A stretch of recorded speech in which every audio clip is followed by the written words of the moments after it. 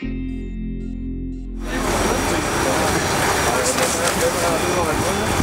first line of responsibility, authority, and jurisdiction clearly rests with municipalities and with provinces. And the federal government's role is to respond and to respond quickly whenever requests are made.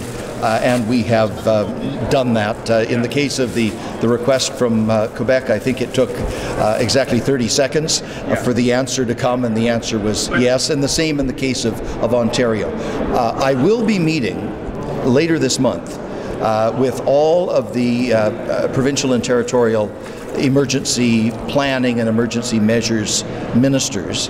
And part of what we're looking at is the overall policy framework for the management of disasters and emergencies of all kinds. So that review is actually already underway. But I think it is very important to recognize that the jurisdictional authorities need to be respected. We will examine whether the present procedure and protocol is appropriate in all circumstances. With this kind of a disaster, it's not where there's a singular event like a dam bursting or a building exploding or a bridge collapsing.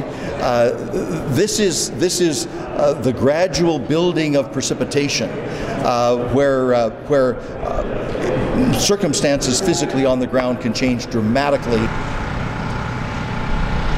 I'm here because I want to make sure people know that we're going to continue to work with the mayors, we'll continue to work with the municipalities and make sure that everybody has the information that they need so they can get the supports that they need, because once the water subsides, there's going to be a lot of work to recover what's been damaged.